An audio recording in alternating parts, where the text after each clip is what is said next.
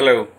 In these challenging times, we all are navigating through uncertainty and hope you all are staying healthy and safe.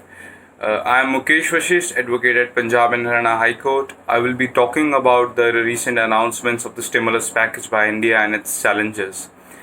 The current outbreak of COVID-19 pandemic is an unprecedented shock to the Indian economy. The economy was already in a bad state before COVID-19 struck, but with the countrywide lockdown, the global economic downturn, and disruption of demand and supply chains, the economy is likely to face a period of a slowdown. The magnitude of the economic impact will depend upon the duration and the severity of the health crisis during the duration of the lockdown and the manner in which the situation unfolds once the lockdown is lifted.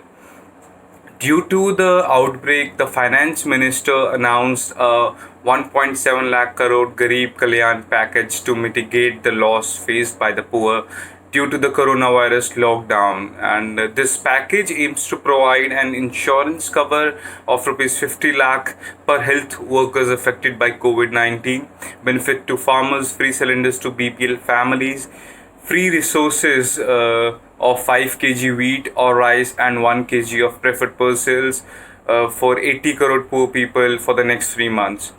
Also, 20 crore women Jan Dhan account holders will be provided rupees 500 per month for next 3 months. There will be an increase in Manrega wage to rupees 202 per day to benefit 13.62 crore families. The central government has also given orders to state government to use the Building Infrastructure Worker Welfare Fund to provide relief to the construction workers. The government, seeing the current situation, also came up with the stimulus package known as the Atmanirbhar Bharat Abhiyan, which already includes the announced package of rupees 1.70 lakh crore relief package under the Garib Kalyan Yojana. Addressing the nation on 12th May 2020, the Prime Minister announced a special economic package for a self-reliant India, which emphasizes on land, labor, liquidity, and laws. The comprehensive economic package valued at INR 20 lakh crore is equivalent to approximately 10% of India's GDP, as the government claims. This package is aimed at providing the much needed financial and policy support to the cottage industry, MSMEs, middle class, migrants, and industries in India. Government of India has also announced some reforms to attract investment, enhance the ease of doing business, and strengthen the Make in India initiative. Such reforms are like rational taxation system, supply chain reforms in agriculture, robust financial system, and many other. This economic stimulus package is announced on major four segments. The first segment contains the 16 specific announcement span across MSMEs, NBFC, taxpayers, and employer benefits, EPF, TDS, real estate, power sectors, etc. The second segment focuses on providing free food grains to migrant workers who do not possess ration cards, and also affordable rental housing. One nation, one ration card scheme would also be taken under this particular project. Credit facilities to farmers and subvention relief is also provided in the second segment. The third segment focuses on agriculture marketing reforms such as interstate trade, contract farming, deregulating produce, and agriculture infrastructure. The fourth segment, which is also the final segment, focuses on the sectors of defense, aviation, power, mineral, atomic, space, and privatization. While with the above mentioned set of reforms, it looks like it looked like more than industrial reforms rather than an economic reform package. The package also aims at giving a thrust to local manufacturing, local markets, and local supply chains, which further promotes the statement vocal for local. The entire scheme focuses on transforming local Indian companies into global brands, promoting local products into two phases. The first phase would be focusing on medical textiles, electronics, plastic, and toys, where local manufacturing and exports can be promoted, and in the phase 2, products like gems and jewelry, pharma and steel, etc., will be focused on.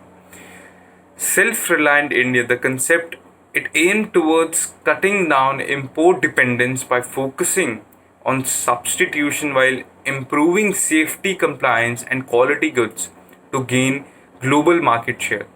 The self-reliance neither signifies any exclusionary or isolationist strategies, but involves strategy of creating a helping hand to the whole world. Now, comparing the India stimulus package with other countries, it seems like India has contributed a lot in terms of their GDP and the current market scenario. Much before the Indian stimulus was announced, the US, Japan, UK, Europe, etc., had already announced their huge packages, and the cumulative numbers projected as stimulus seem very large and run into trillion of dollars. The largest part of stimulus announced even by the rich country is not a giveaway if we compare the stimulus package of India with other developing countries. With similar per capita GDP, the Indian response to COVID-19 seems to be very large as a percentage of GDP as well as the area it covers. Across the world, country stimulus responses vary from 1% of GDP to 12% of GDP. Rich countries seem to have announced larger stimulus package of 5 to 10%, and developing countries have announced smaller packages to 2 to 5%. During this process, the government has also identified the areas for self-reliant India, the key areas which they would be focusing on, and they have come up with the 12 sectors for a self-reliant India. And those are food processing, organic farming, iron, aluminium and copper, agrochemicals, electronics, industrial machinery, furniture, leather and shoes, auto parts, textiles, coveralls, masks, sanitizers and ventilators will be focused on. The stimulus package is a mix of a fiscal support, monetary support, ease of doing business processes, as well as some fundamental reforms. The government is also trying to make a quantum jump, which they have projected through the 5 pillars for building a self-reliant India. The 5 pillars are economy. In terms of economy, the government goal is to make a $5 trillion economy by 2025. In terms of infrastructure, the government is planning to invest more than 100 lakh crores in the infrastructure development in India over the next 5 years. In terms of systems, vibrant demography and economic demand, they will be focusing on, and a quantum jump would be taken into in the coming years. The current scenario of Indian market, if we see that we nearly missed out, or we completely missed out, the third industrial revolution comprising electronic goods, microprocessors, personal computers, mobile phones, and decentralized manufacturing and global value chains during the so-called lost decade. Today, India is the world's second largest smartphone market, which demands it. However, it does not make any of these phones itself and manufactures only a small fraction of solar photovoltaic cells and modules currently used with ambitious future targets. India has 4 engines of growth right now: expenditures by individuals, businesses, governments, and net exports. Of these 4 engines, the only and only the government has the power to spend money, because when it does, the economy moves ahead by far more than invested by the government, which is still a controversy and which is still debated right now, and which I would be talking in the later stages. If the government, as promised, spent 10% of its GDP, then we can see the economy surviving. But claims have been made that the government expenditure won't be more than 1%, and that it is the case when the economy is hanging at the verge, which is a debatable topic and has not been yet decided. To be the destination of choice for a global manufacturing, India needs to look towards policies, tax reforms, ease of doing businesses in order to attract FDI and other manufacturing plants, because many countries in Asia are quite a good competitors. foreign companies and the other manufacturing plants can come through to the four categories of the FDI, and these are the first category is under the 100% of the automatic route. The category 2 is 100% under the government route. Category 3 is FDI is permitted beyond a certain limit with the government, and in the last category, the FDI is permitted to a certain limit under both government and automatic route, subject to the applicable laws and other conditionalities. And if such things are more worked on, the trade barriers and other barriers are lifted for the foreign companies to set up their manufacturing plants in India, which are exiting other countries, it would be a great opportunity for the Indian market for a self-reliant India. Now, talking about the challenges which this economic package has, and which is a quite thing to focus on if we want to see India as a self-reliant India or Atmanirbhar Bharat. The first challenge which we see is the issues related to the liquidity. The package of rupees 20 lakh crore comprises both of fiscal and monetary measures, the latter being the nature of the credit guarantees, the liquidity infusion into banks and other financial sector institutions rather than economy per se, meaning that the majority of the package is liquidity measures that are supposed to be transmitted by RBI to banks and banks to the citizens. This transmission won't be smooth owing to the efficient transmission of monetary policies, which is a major challenge for this existing stimulus package. Another challenge is a lack of demand. The lockdown has lowered aggregate demand and a fiscal stimulus is needed. However, the package, by relying overwhelming on credit infusion to boost the economy, has failed to recognize that investment will pick up only when people across income segments have money to spend, meaning the paying capacity of the people have to increase, and then only the supply and demand can be parallel to each other.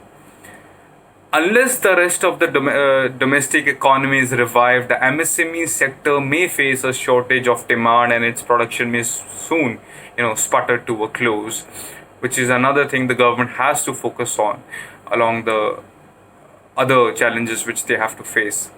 Large scale concreted endeavors would, however, be required since self reliance will not happen by itself. That is for a fact. State funded PSUs, the state funded R&Ds, including basic research by PSUs and research institutions and university, needs to be scaled up. Because PSUs have the right ecosystem in India right now and a key role to play in terms of development of the economy and making India a self-reliant India. The private sector delivery oriented R&D could also be supported, linked to meaningful participation in manufacturing at appropriate levels of the supply chains, which is very crucial because the PSUs cannot be taken for granted in the whole mission of Make in India initiative and Atmanirbhar Bharat Abhiyan. The declared package is considered to be substantially less because it includes the actions of RBI as part of the government's fiscal package, even though only the governments control the fiscal policy and not the RBI, because the RBI controls the monetary policy. Thus, the government expenditure and the RBI's action are neither the same nor they can be added in this manner. This is one of the more criticized and another challenge which the economic stimulus package has, because and thus nowhere in the world fiscal packages are declared in this manner. For example, in US, when a $3 trillion package was announced, it only refers to the money that will be spent by the government, and that does not include the expenditure of the Federal Reserve, which they would be spending. If the government is including RBI's liquidity decisions in the calculations, then the actual fresh spending by the government could be considerably lower, because RBI has been coming out with long-term repo operations to infuse liquidity into the banking system worth rupees 1 lakh crore at a time. And if RBI launches another LTRO of rupees 1 lakh crore, then overall fiscal help falls by the same amount. In addition to this, the direct expenditure by a government usually includes wage subsidies or direct benefit transfer of or payment of salaries, etc. immediately and necessarily stimulates the economy, which is the meaning of economic stimulus package. In other words, that money necessarily reaches the people either as through salary or purchases. But measures from RBI includes credit easing, that is making more money available to the banks so that they can lend to the broader economy. Is not like government expenditure. In times of crisis, banks may have taken that money from the RBI and instead of lending it, may park it back with the RBI. Because recently, Indian banks have parked near about rupees 8.5 lakh crores with the central bank. So, in terms of calculations, RBI has given a stimulus of rupees 6 lakh crore, but in reality, RBI has received even a bigger amount back from the banks. Thus, the declared amount is 10% of GDP, but less than 5% cash outgo is expected. So, such is the challenges and such is the the remarks on this economic stimulus package. But we have to see in the coming future, in the coming days, how the finance ministry and the current government takes action with including the state governments in terms of making India self-reliant India and what the policies are. In the end, my personal remark would be, and which is very much I would like to focus on, and I would request all of you, to consider this point as well, because keeping the idea of a self-reliant India in mind, we must not forget that the cost of economy should not come at the cost of ecology, because the environment is too precious to be harmed in terms of if we compare it with the development of the economy. Yes, we need the development of the economy, but certain measures have to be taken by the government. Environmental impact assessment of each and every project has to be assessed by the government and should not be neglected to ensure that the projects established in the coming future does not harm our ecology or the environment, as it is very much crucial to us. That's it from my side on the whole Atmanirbhar Bharat Abhiyan, which recently was launched by the current government. Thank you very much. Look forward to your feedbacks in the comment sections.